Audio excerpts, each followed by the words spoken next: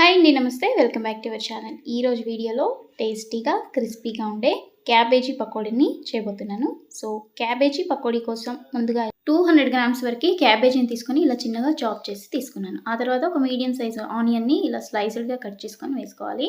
Next ఇందులోకి కొంచెం కొత్తిమీర చాప్ చేసుకొని వేసుకోవాలి. ఆ తర్వాత ఇందులోకి 1 టీ స్పూన్ వరకు అల్లం వెల్లుల్లి పేస్టు, 1/2 టీ స్పూన్ పసుపుని వేసుకోవాలి. నెక్స్ట్ ఇందులోకి 1.5 టీ స్పూన్ వరకు కారం, అలాగే 1/2 టీ స్పూన్ సాల్టు, అలాగే 1/2 టీ స్పూను ధనియా పౌడర్ని వేసుకోవాలి.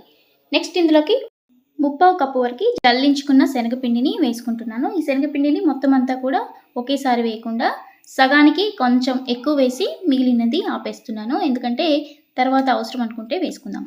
అలాగే ఇందులోకి 2 టీ స్పూన్ల వరకు జల్లించుకున్న బియ్యం పిండిని వేసుకుంటున్నాను. బియ్యం పిండి వేయటం వల్ల పకోడీ అనేది కొంచెం క్రిస్పీగా వస్తుంది.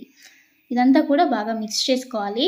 ఇలా మిక్స్ చేసుకున్నాక పిండి సరిపోలేదు అనుకుంటే బ్యాలెన్స్డ్ శనగపిండిని కూడా వేసేసుకోండి.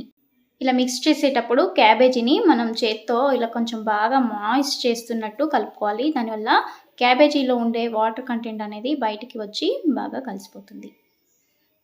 నెక్స్ట్ ఇందులోకి కొంచెం కొంచెంగా వాటర్ని యాడ్ చేసుకోండి. వాటర్ అనేది ఇందులోకి ఎక్కువగా పట్టదండి, కాబట్టి కొంచెం కొంచెంగా యాడ్ చేసుకుంటూ మిక్స్ చేసుకోండి. అలాగే మీకు పిండి సరిపోలేదు అనుకుంటే ఇంకాస్త శనగపిండిని యాడ్ చేసుకొని మిక్స్ చేసుకోండి.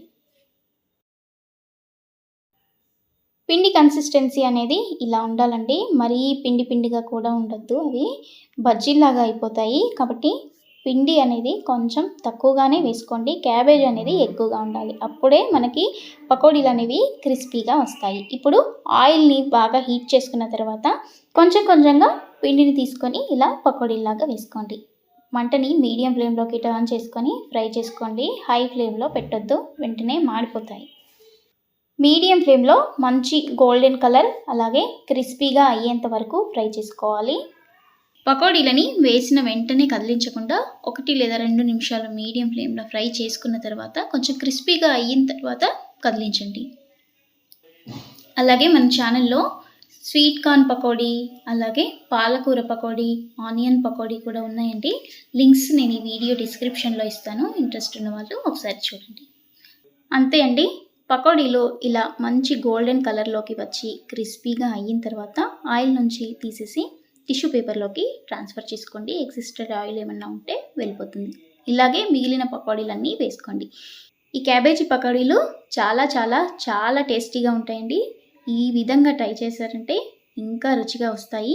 తప్పకుండా మీరు కూడా ఈ రెసిపీని ట్రై చేయండి. అలాగే మీకు ఎలా కుదిరిందో నాతో కామెంట్లో షేర్ చేసుకోండి. ఈ రెసిపీని ఎవరైనా స్పెషల్ గెస్ట్లు వచ్చినప్పుడు మీరు చేసి పెట్టారంటే చాలా చాలా మెచ్చుకుంటారు, అంత బాగుంటాయి. అలాగే ఈ వీడియో మీకు కనుక నచ్చితే తప్పకుండా ఒక లైక్ అయితే చేయండి. అలాగే మరికొంతమందికి షేర్ చేయండి. Thank you for watching.